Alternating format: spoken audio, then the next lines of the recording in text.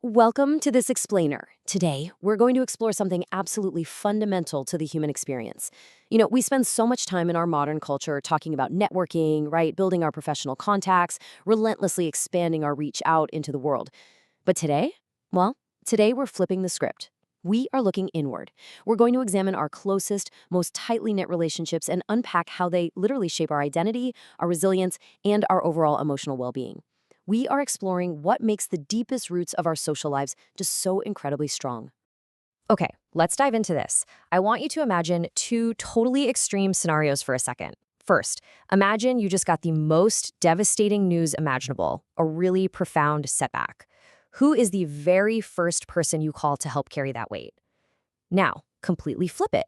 You just achieved a massive lifelong goal, the exact kind of win you have been working towards for years. Who do you text first to share that pure, unfiltered joy? Seriously, take a second and actually picture their faces.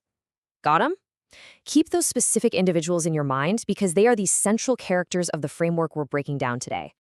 So, those faces you just pictured, sociologists actually refer to them as your bonding social capital. I know, it sounds a bit like academic jargon, but stick with me here, because it defines the absolute bedrock of an individual's inner circle. It's the capital that ties you inextricably to the people who share your background, your history, and your core interests.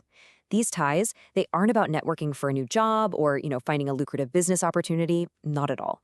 They exist for a completely different reason, to provide profound emotional support and an irreplaceable, deeply rooted sense of belonging in what is honestly a very chaotic world.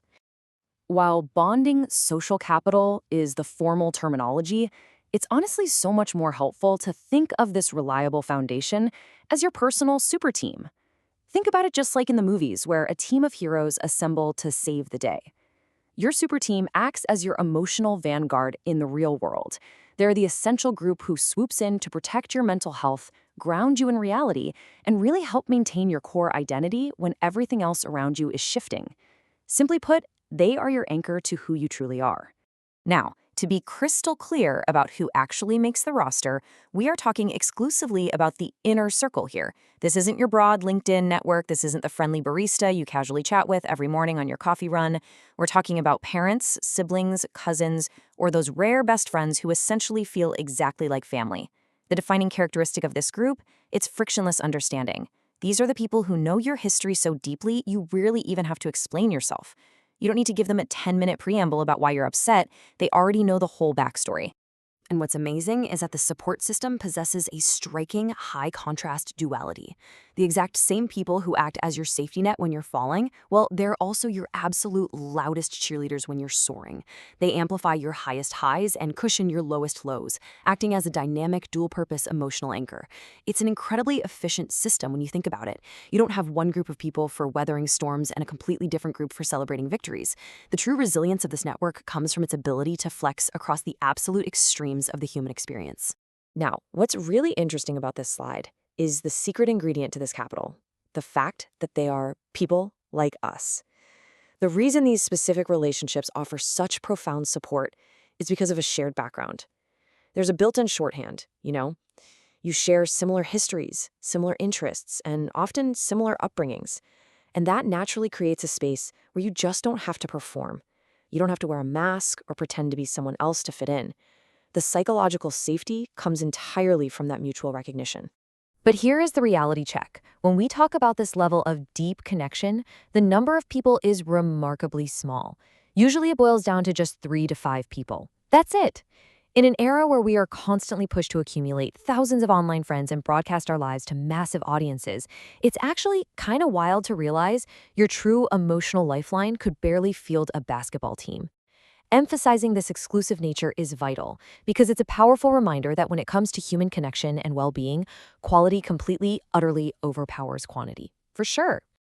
Let's move to and see how this builds, because how do we actually visualize this network? Well, the source material offers a highly practical exercise called the superpower web.